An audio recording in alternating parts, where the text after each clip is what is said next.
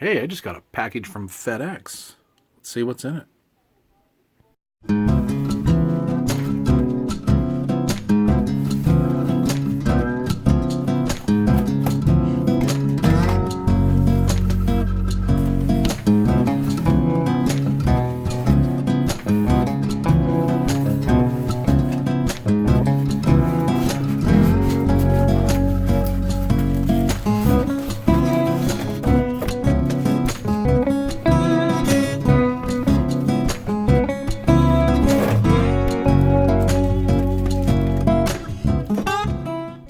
Well, here it is, the MFJ 941E.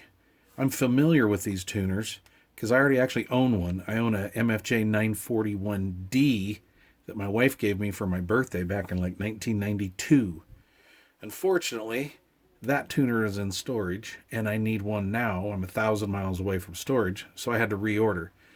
In going through the MFJ catalog on the interwebs, and you get this standard catalog sent with it. But anyway, as I was going through the catalog on the interwebs, I found they still made this unit, and I wanted to see if they had anything better that maybe sparked my interest, and they don't. I really like this tuner for several reasons, and this comes from, a couple decades of use. So what I like is, first of all, it's ease of tuning. It has what we need. I think probably the most important part to me is we have our coax position switches here. We have coax 1, coax 2 that's in tuner mode, and then we can bypass coax 1 and 2. I also like the fact that it has a balun in it, so you can run ladder line all this, which I've only done once back in the early 2000s for just a very short period of time. I think one of the neatest things about this is it has an outlet for a dummy load. So sometimes I do use a dummy load. I actually own a big roller tuner from MFJ that has the same feature, and I do use my kilowatt dummy load on it. For this one, I usually run like my vertical ground plane on this, and then I'll go like vertical horizontal. And so it's pretty versatile. I mean, you can put a dummy load on it, you can run a dipole, ground plane, or another dipole, or whatever. So I really like that. The new ones, the E series has the little on-off switch. This is backlit when you put 12 volts to it, and you'll need this to use this cord that comes with it to do that. But I like the fact that they supply that. And you feed this with 12 volts, either from like a power supply, like your power supply that you're using on your radio, or an AC wall adapter, sometimes called a wall wart. And then on the RF power scale, it'll read 30 and 300 watts. So I got this from Gigaparts. If you can't get it from Gigaparts, you can get it from Amazon. I'll put a link down below so you could buy it on Amazon. Gigaparts just happened to have a sale on it, about $20 cheaper than Amazon Prime at the moment. I really like Gigaparts. I also like Amazon. So, you make the decision. I opted for free shipping. That was in saving the extra $20. I opted for free shipping. I ordered that on a Monday and I just received it Friday afternoon. So if you're not in a hurry, maybe that's the way to go. But anyway, I'll leave the links down below. On the back of the unit,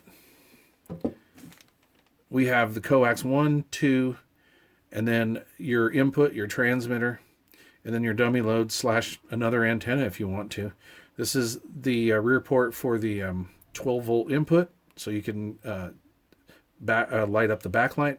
And then we have our configurations here for balance line and long wire.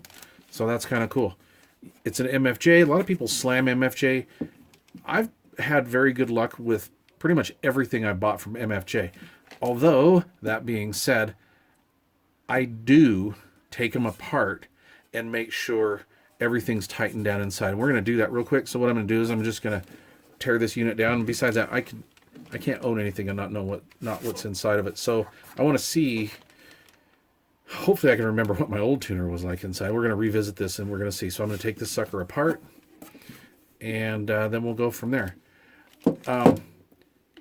Little history here. The very first MFJ tuner, which was a really bottom of the line unit that I owned, I took it apart because when I got out of the box, I heard rattling.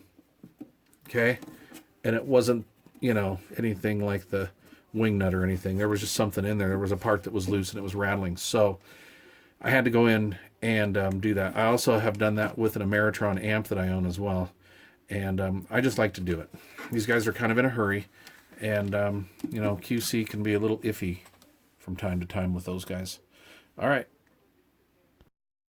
So we're ready to take a look inside. One thing I failed to mention when I was going over the front panel here was the new cross needle design, which is kind of interesting. I have a MFJ 986 roller tuner, and Ed employs this as well. And it took me a while to get used to it, but I really like it. The original version of the MFJ 941 that I own does not have it. It's just a straight meter.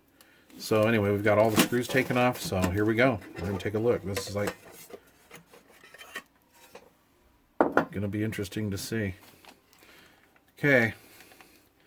So that's an MFJ tuner. That's 300 watt tuner inside.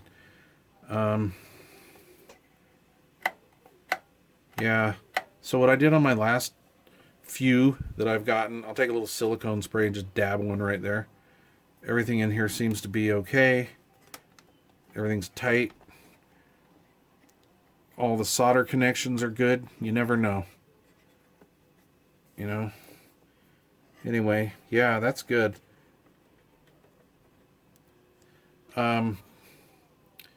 This little switch down here could probably use just a little bit of tightening.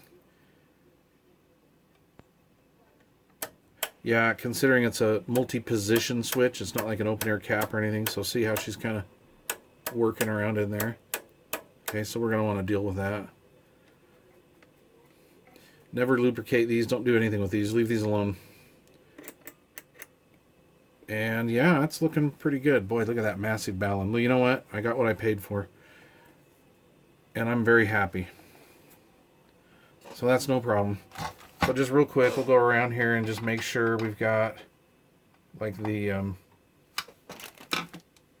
it's a little bit smaller Phillips. Okay, well let me grab a smaller Phillips. Okay, so the cabinet, the screws that are on the cabinet, they're I used what, a number 2 Phillips, and the screws on the back panel here are like a number 1. I just don't have a 1 available, so I'm gonna use a brand new 0 that fits in there really nice. So what I'm going to do is I'm just going to kind of check these.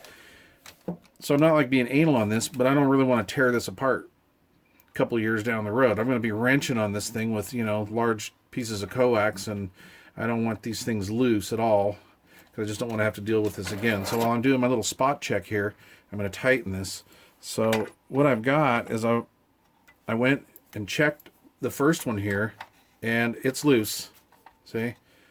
So I'm just going to give it I'm going to back it up here with this little mini crescent here.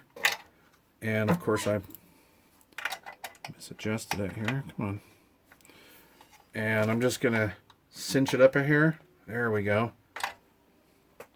Boy, guys. Alright, that one wasn't too bad. I'll get this top one. I'll grab this top one. I'll get these easy ones first. Yeah, they're all not really loose, but they're not tight. There. And let's get in there. If I can get in there with this one. I know I could be using a better tool, but I don't have one here at this particular location. Kind of just winging it. Oh yeah, this one was pretty loose too. Okay. So all these SO239s are tightened up. That looks good. The ground lug here seems pretty tight. That's good. We'll go underneath here. And this goes to the balance, so I'll just back that nut up with my finger. We'll see what happens. I can use my number 2 here, I think. And we'll just go in here.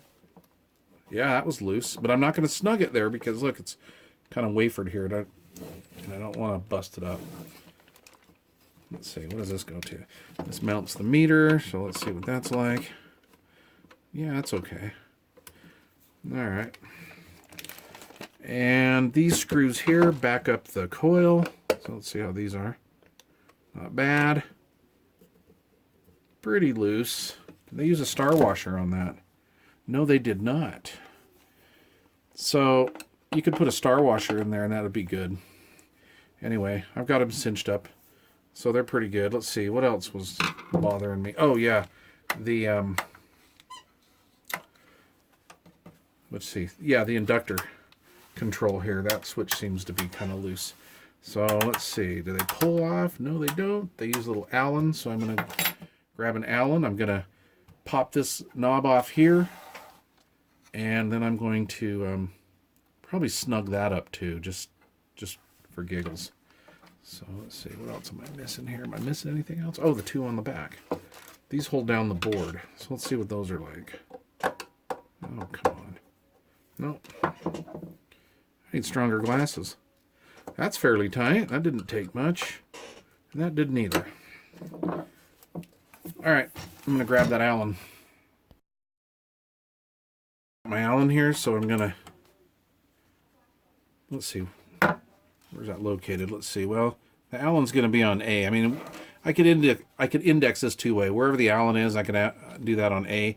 Or we could just do the dot on G. And I'm sorry about my lighting here, guys, but it is what it is. So I'm going to say A and G, so I don't lose my place here. We'll pop that off. And I don't know if the crescent I've got here, I should be using like a nut driver or something, but I just don't have that on hand. Okay.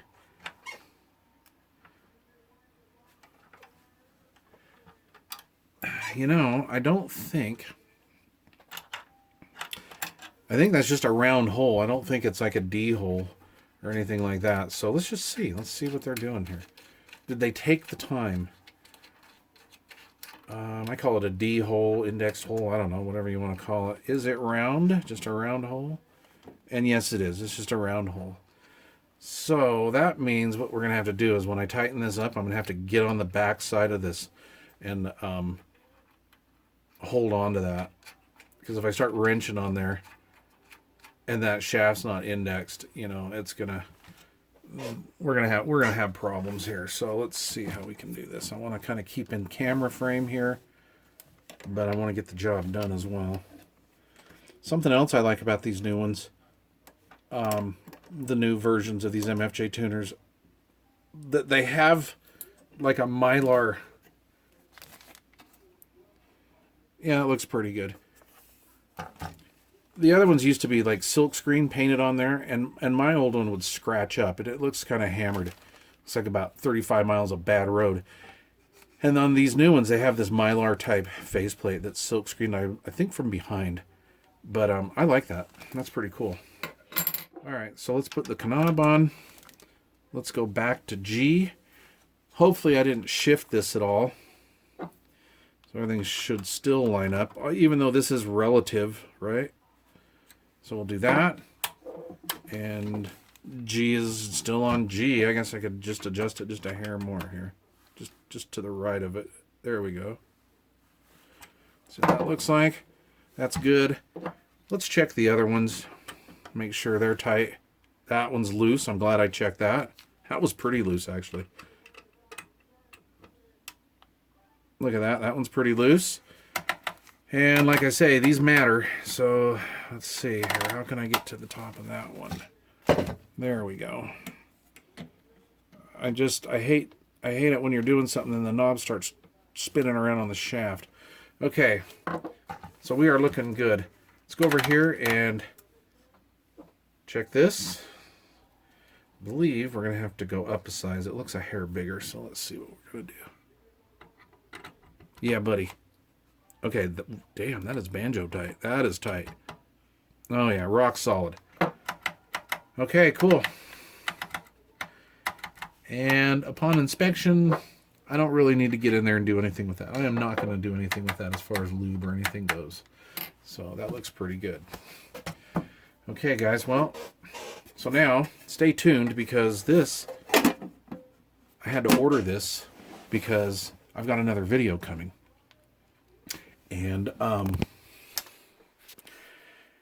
this is going to go on my external stealth antenna.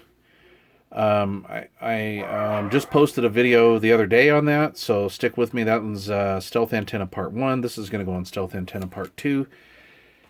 And I really, you know, hate rebuying something I already own, but when it's 1,000 miles away, you got to do what you got to do. Well, this video should be over, but here, extra bonus material. So on my old 941D, I just have the one position here for dummy load. And this one has the dummy load in tuned and bypass mode.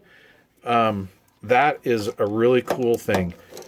Why? Why is it cool? I don't know if you guys have ever had a dummy load, whether it's, you know, swap meet dummy load or something that's, you know, just wherever you get it. But I have had this happen. My dummy load's not quite giving me the SWR that I'd like. And maybe that's the dummy load, maybe that's the coax. But anyway, I like the fact that you can tune it in there if you want to, or you can just bypass it, which is probably where I'll run mine all the time. But I like that. And the meters are lined up pretty good from the factory. They look pretty good. I can't wait to put this sucker in line. What a nice tuner. What a buy at $129, $149. What a killer price point. Tons and tons of bang for the buck. If you guys get one of these or you have one of these, give me some comments on it. Tell me how you like it. All right. Once again, the man of 1,000 goodbyes, over and out.